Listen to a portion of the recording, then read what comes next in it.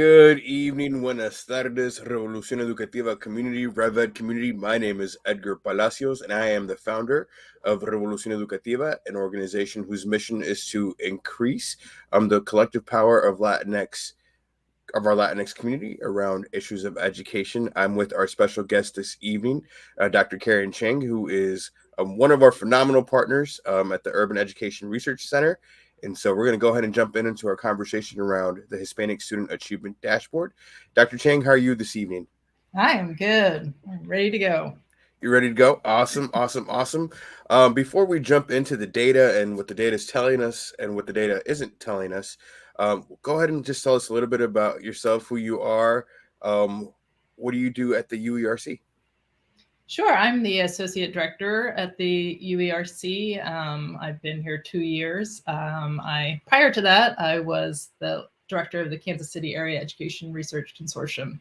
So really trying to think about Kansas City and about education and how do we improve education in Kansas City, not only for certain areas, but really for the whole region. So thinking a lot about how do we access data, both on the Kansas and the Missouri side, but also how do we look at progress for the whole region. So that's kind of been my shtick for the last, I would say 20 years, just really committed to using data to inform practice. Awesome. Well, I appreciate you and your expertise that you're bringing to the table around these conversations. Just quickly want to acknowledge we have a guest who said hello. Good to see you, Delia. Hello, hello, hello. Thanks for being here this evening. We have one of our colleagues, Christy. Thank you for the session. Excited to learn. Thank you for being here this evening, Christy. So let's jump in. I'll provide a little bit of context as to how we got here. And then we'll go ahead and jump into the dashboard, share a little bit about how to utilize it, talk a little bit about what the data is stating, and go from there. Or I should say the data are stating. That would be the appropriate English grammar around data. Is that correct? Am I wrong? That is absolutely correct. And so, I was really interested in having a simple, easy to use dashboard that really highlighted, or at least began to highlight, specific data points around Latinx student achievement. And so we've worked previously on a couple of other projects. We built, I should say not together we built, but you all did the work around our teacher diversity kind of report that we did at the beginning of this year. You've also done the work around the pipeline, what it means, like what do the numbers look like in terms of diverse candidates to become teachers. And so I think this is our third or fourth iteration here around this work. And this one is specifically tied to Latinx student achievement, and hopefully having it all in one place where it's easily accessible, it's easy to read. And so any other feedback around that before I jump into the dashboard, Dr. Chang? Yeah, I would just say, I always like to say we are a data rich but information poor kind of community, in that if you go onto the state data website, your district data website, there's a lot of data. So we have tons of data around student achievement, particularly around state assessment data. The hard part is it's hard to pull out and look at and understand in one kind of easy picture. So that's really our goal, was to try to figure out what are the kind of key indicators we want to look at, and how do we look at that in a simple way that's not a gigantic spreadsheet. So I look at spreadsheets all the time. So I'm cool with that. But if you are pressed for time or don't have days to look at spreadsheets, this is the intent, is really to give you a snapshot and to really kind of inform your thinking about what the issues are. Awesome. I appreciate that additional context. So I'm about to bring on this screen our dashboard that you all created. And so hopefully folks can see this. If you're able to see this, what you're looking at is the Kansas City metropolitan area Hispanic Student Achievement Dashboard with 2017 to 2019. So this is data specifically from the years 2017 through 2019. Let's start there, Dr. Chang. Why did we choose those dates or those years specifically? Yeah, so 2017 to 2019 is really the latest 3 years that we have data that doesn't have COVID as an influence. We do actually just have the latest round of data from 2021 that just came in. But for those of you who've kind of followed the assessment world and information, that data is really spotty. And in terms of the completion rate, it's not great. So 2019 is really our last year of complete data that we can look at. We look at 3 years just because we know with any given year, there can be some kind of idiosyncrasies. We really like to look at data over time and to see what the trends are, and also just to see if there's anything happening in terms of change over time. So in terms of this dashboard, the blue is representing all students. And just to kind of situate us, the orange represents Hispanic or Latinx students.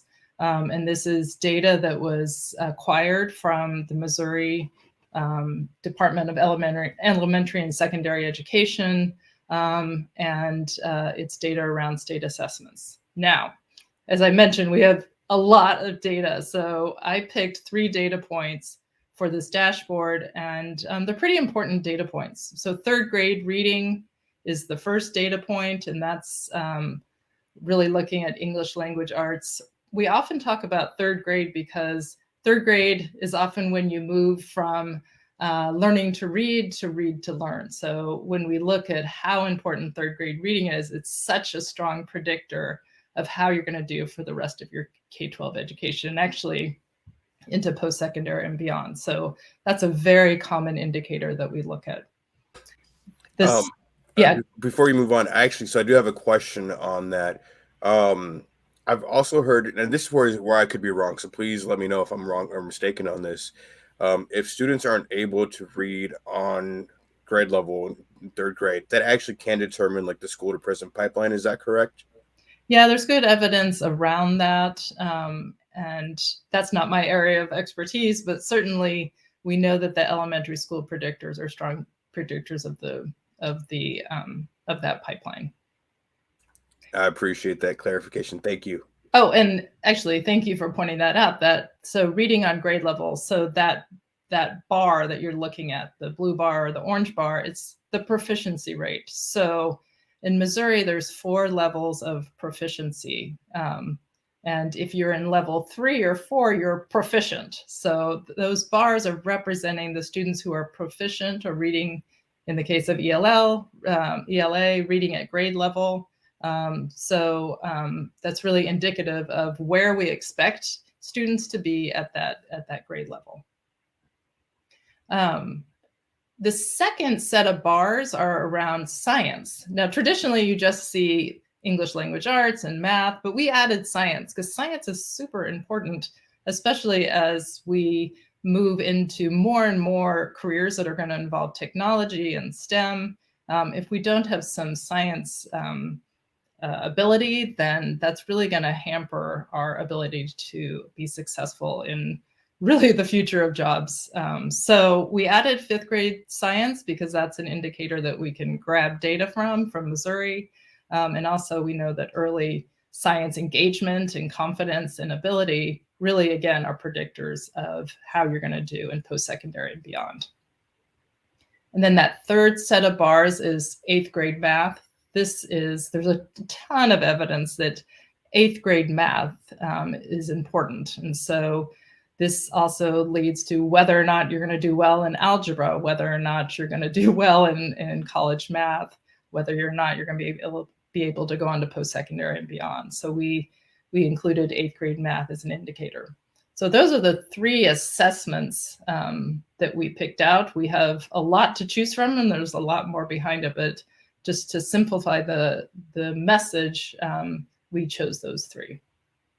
Now, I do want to point out, as part of this tool, right now what we're looking at is these are the data points for all school districts and charters within the Kansas City or the Missouri side of the Kansas City metro area. Is that correct?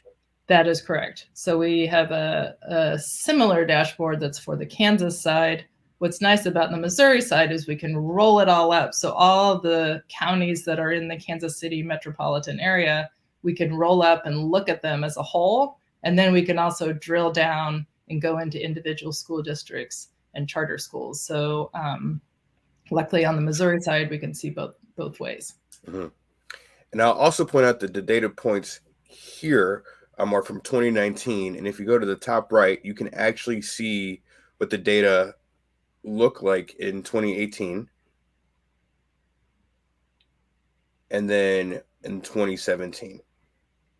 Yes. So we love Missouri, and we also have some challenges around Missouri data. One is that they keep changing the assessments. So when you look at 2017 reading and math data, you can't compare that to 2018 and 2019 because they changed the assessment in 2018.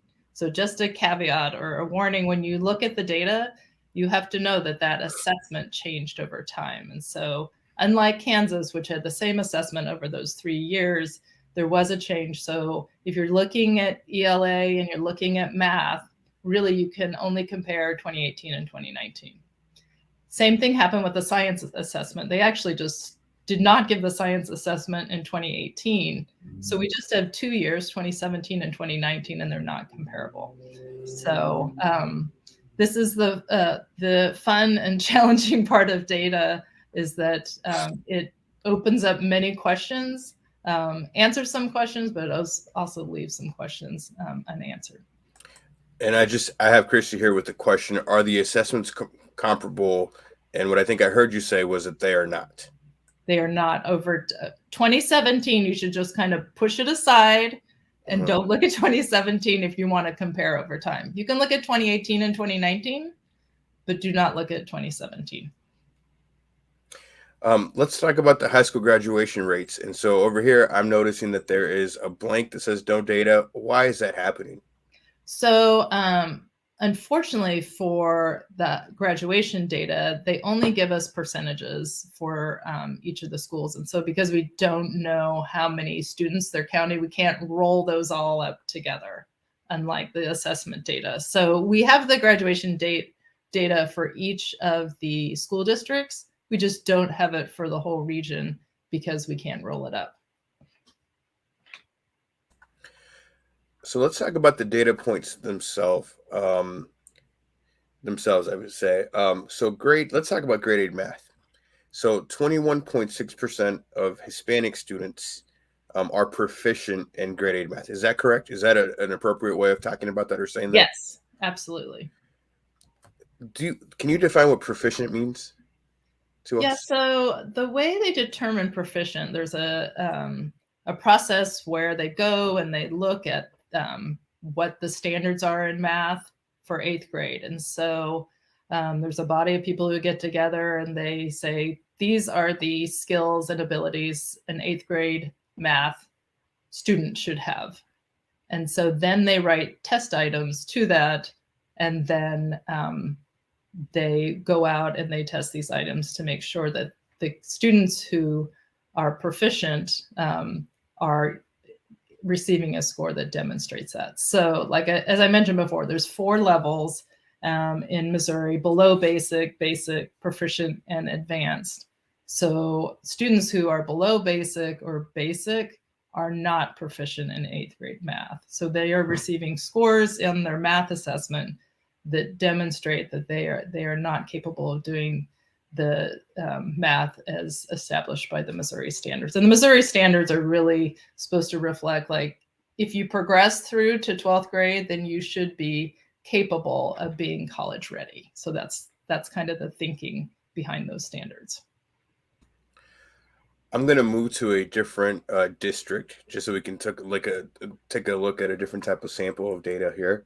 So I'm going to randomly choose, let's see, Kearney. Let's choose Kearney R1.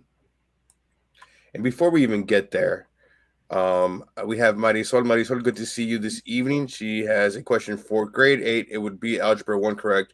But then they do not test the below basic children in math, correct?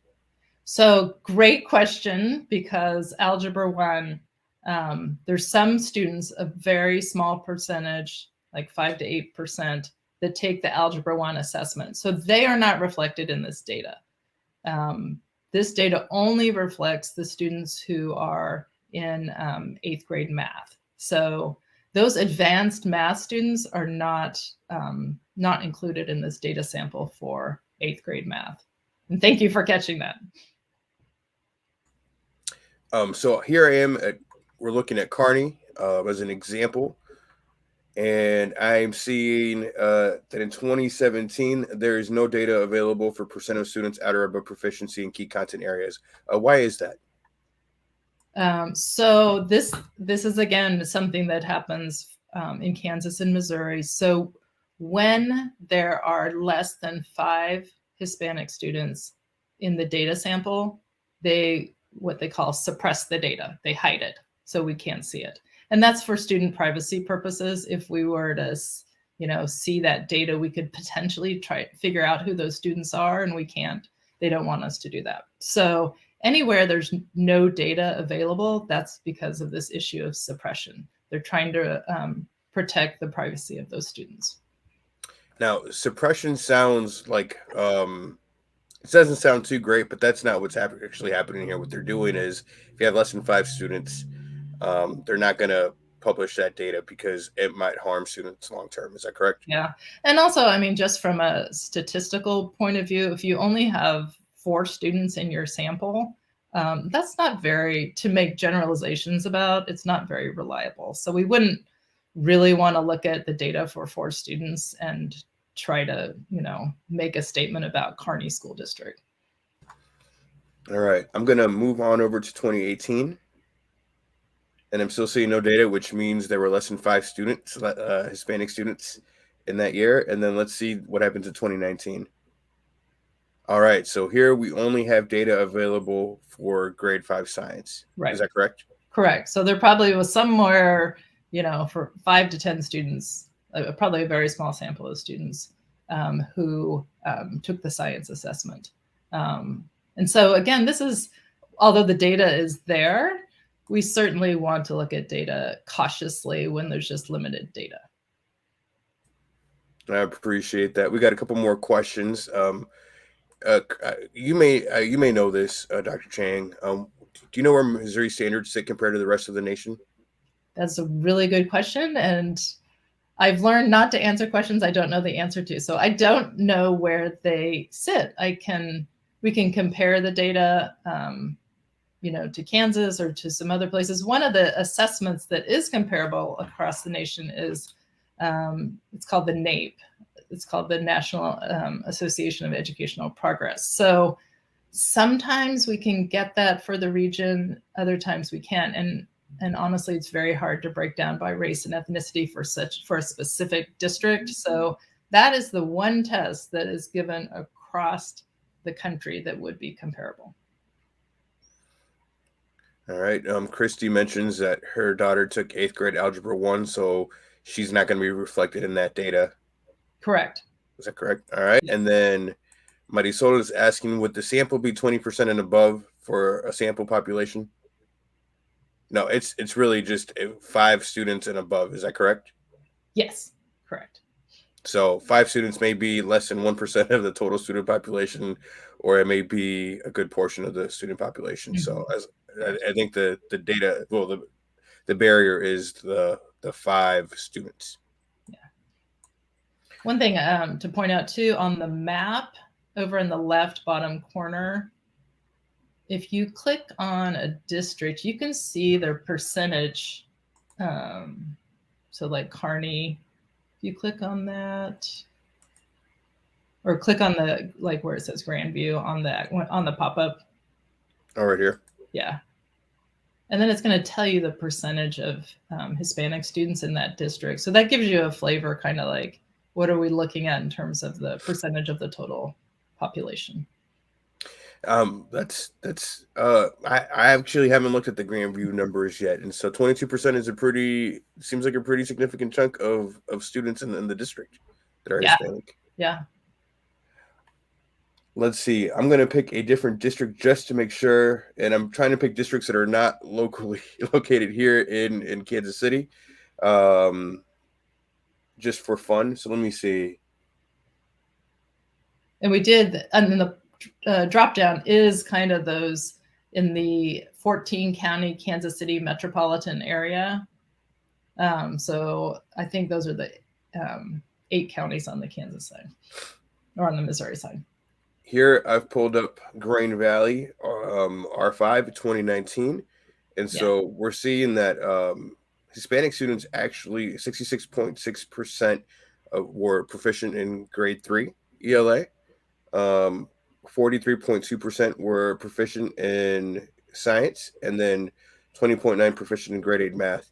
I'm curious. So compared to total students, we have here a district where seemingly Hispanic students are performing total student populations. Is that how I'm supposed to be reading this? Correct. So I think if you go through each district, you will see that there's certain districts where Hispanic students are outperforming the their peers. So I think that's about 30% of the districts. Now, again, you have to think about what is that school? What are the school demographics when thinking about that? So I can think of a school on the Kansas side, like Kansas City, Kansas. When we look at their performance relative to their peers in the district, we can see they're very similar. But Kansas City, Kansas is a very diverse student population. And so, that's a particular story versus a school where, the Hispanic population might be very small compared to a very large white population. So we have the makeup of our schools varies across the region. And so who your peers are, who that blue bar is, and who situates in that blue bar really varies from district to district. This is, as I said, this gives us some answers, but it also leads to a lot of questions. And some of those questions are around who is in that school, who's making up the rest of the student body. So I'm going to pause from sharing the screen for a little bit because I think that that's actually a really great transition to like what questions are actually what additional questions do we have from this data, or what isn't answered here? Yeah, no, that's great. I think what we tried to do just in this first go was compare Hispanic students to their peers to the whole school. And so that was the first kind of slice to look at. But I do think it's important to look at how are Hispanic students doing compared to white students? How are Hispanic students doing compared to Black students? If we're really going to understand the gaps, I think we need to look at them in a more refined way, especially if you're really digging into a particular district, you're trying to go really micro into the data. That would be one question that I'd look at. I think obviously now we just have the COVID data that's come out. I'd be really curious to see, and we're going to have it and populate this into the dashboard, but how are we doing compared to 2019? Like, is the gap widening for some school districts and for our region, or are we making progress? I don't know the answer to that. I'm really curious to see where we're at.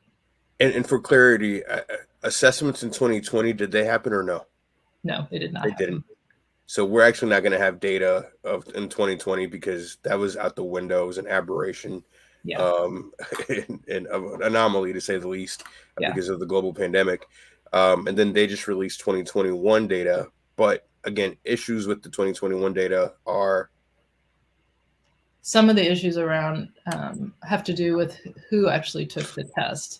So while they tried to get as many students to come in and take the test, the completion rates aren't going to look the same as 2019. And so the question is, does the sample look similar to previous samples? And I think also just, how they took the assessment varied from district to district. Sometimes kids had to come in and take that test in person. Others didn't have to take it. So there's some variability in how the test was administered. I think, it's been interesting in pulling back the data again.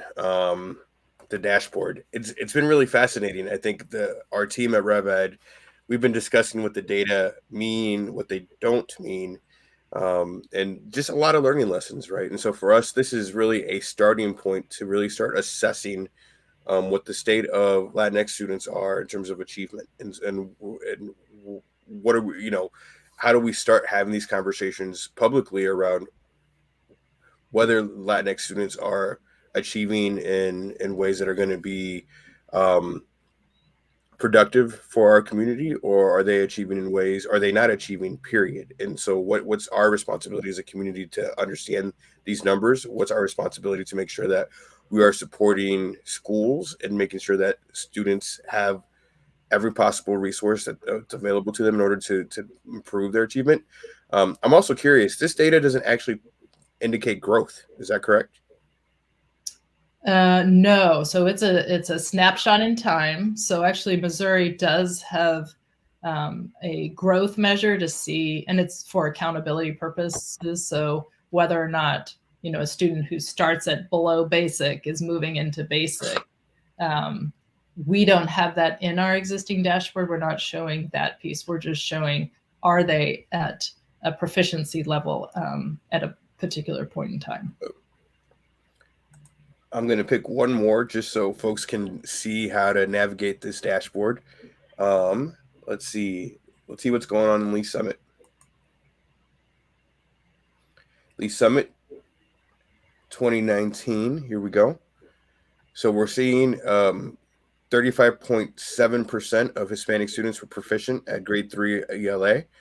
We're seeing 44.6 were proficient in grade 5 science, and then 37.3 in grade 8 math. And so in this moment in time, what this data is telling me, or this data are telling me, is that Hispanic students were not performing as well as their total counterpart students. Is that correct? That is correct.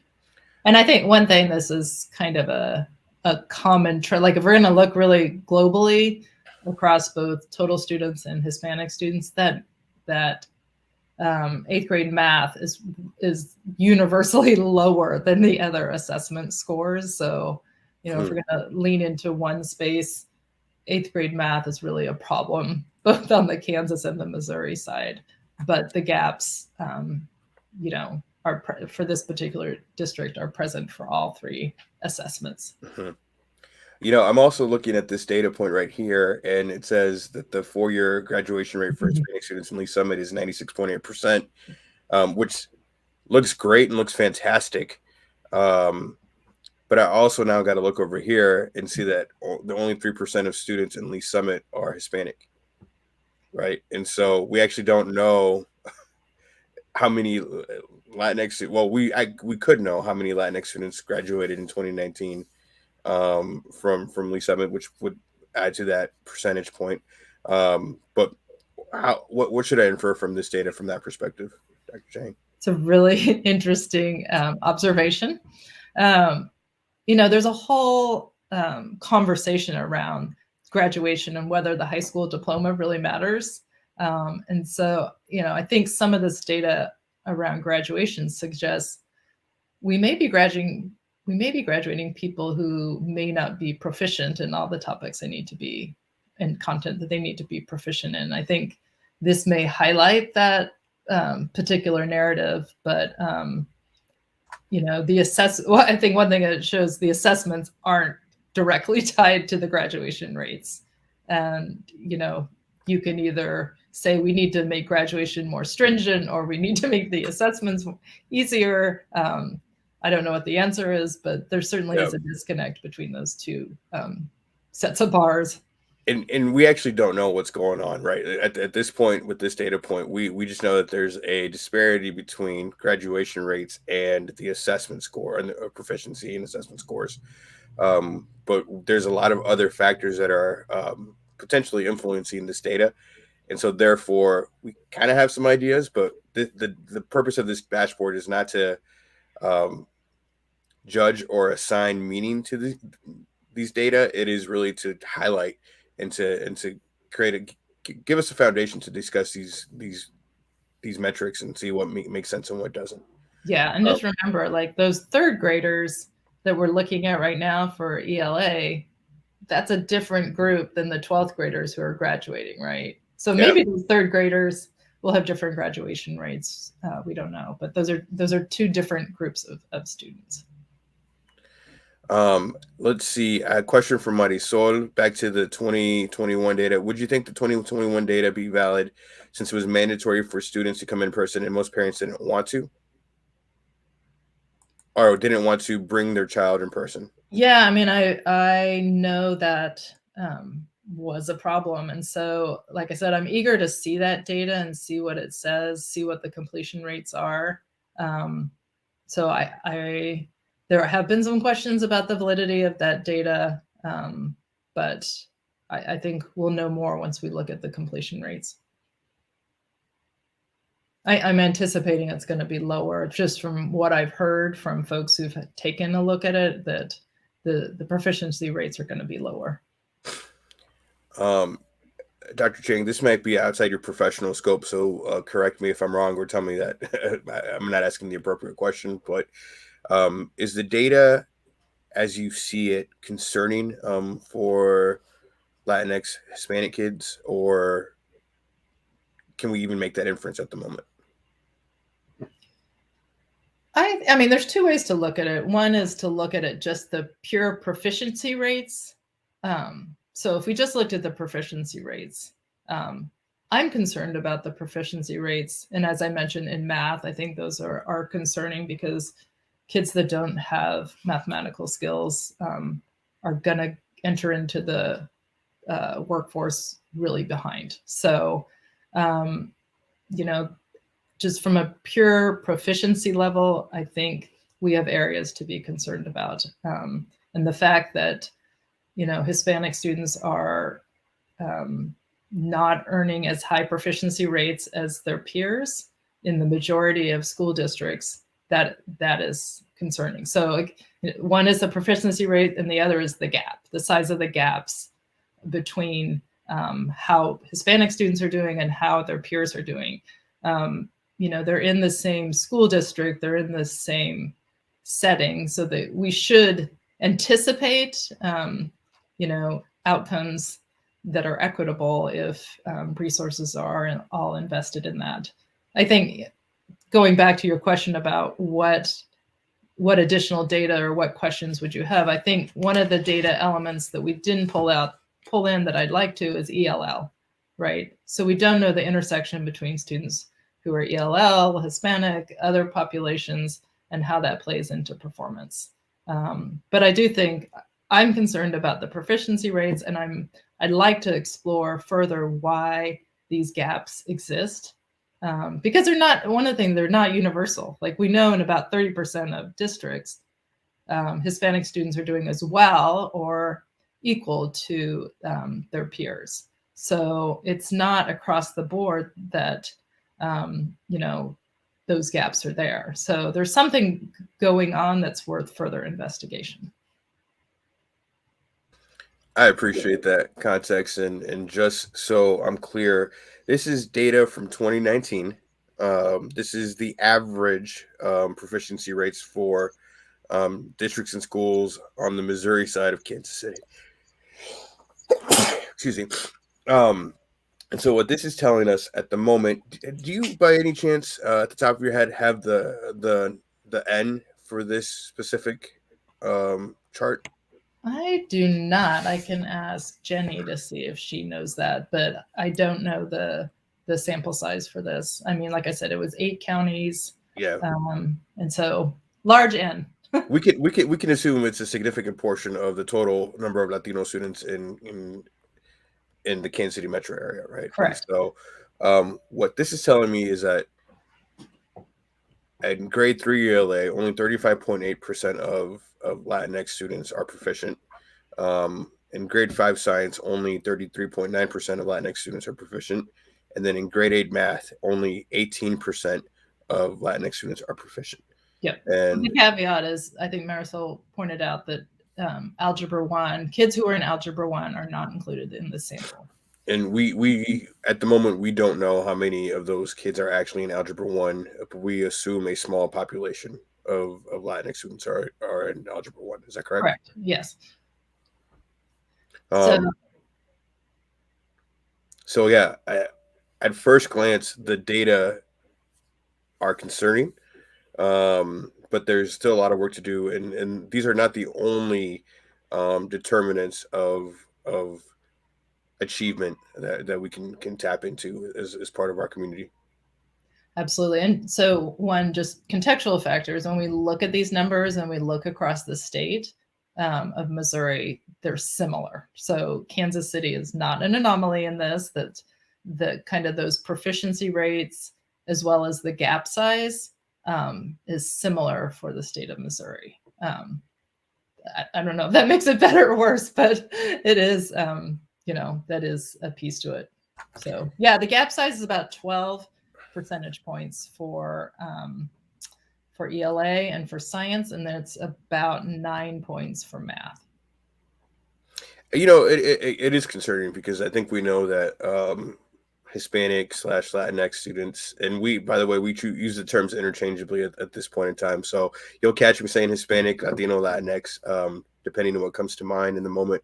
But that specific demographic is the largest and fastest growing, not I wouldn't say the largest, but it is the fastest growing population segment or segment of population for students. And so the concern is we may not be adequately addressing the needs of Latinx students in support of their achievement, which means this could have generational impact around what our communities is can and should rightfully do right in the future. And so that's the reason we're talking about these data points, is because we just need to build awareness around that the numbers are what they are.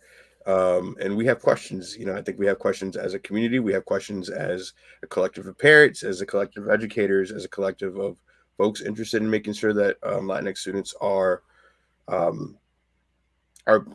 best served with by our communities of education. So I appreciate any other stuff that we didn't touch upon, but it's important to note in this moment. No, I think your point about Hispanic students being a growing population, we can see that for sure in the metro. I think I just looked up the number. So about 12% of students in the Kansas City, Missouri side of the metro are Hispanic students, and that number is growing. We have a couple more comments from the audience. Marisol comments, correct, and graduation requirements are different at each school. The only common graduation regulations are the minimum for the state of Missouri of credits to graduate. Hey, Trisha, good to see you here. And the capacity accessibility issue for who could make these decisions is important for sure. We won't talk about that tonight, but I think we can talk about that we need probably additional representation of people of color in positions of leadership at schools. And folks who are making decisions on what type of assessments to administer and when that matters and how, whatnot. Trisha, data surrounding ELL students and access to early diagnoses of learning disabilities, and then appropriate intervention is something I'd love to see as well. Christy says, I agree, Trisha. I'd love to see how ELL is reflected in this proficiency rate. ELL stands for English Language Learners. Am I correct? Correct.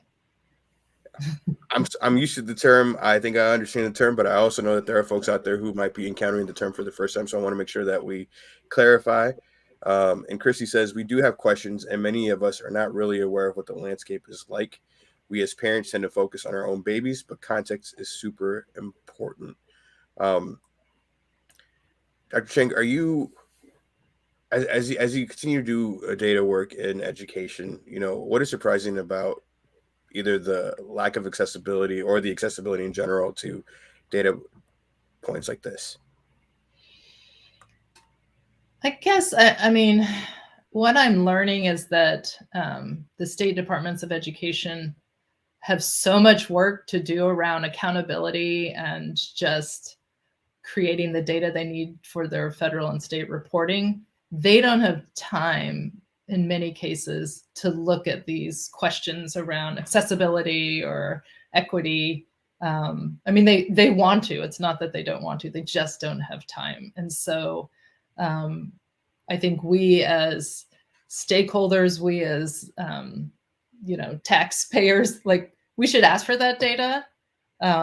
We should leverage what resources we have to grab it and look at it. I mean, that's really one of the mission of the UERC is how can we pull out that data, and so we can and allow policymakers, parents, educators to use it for good, right? To use it in ways that can inform practice.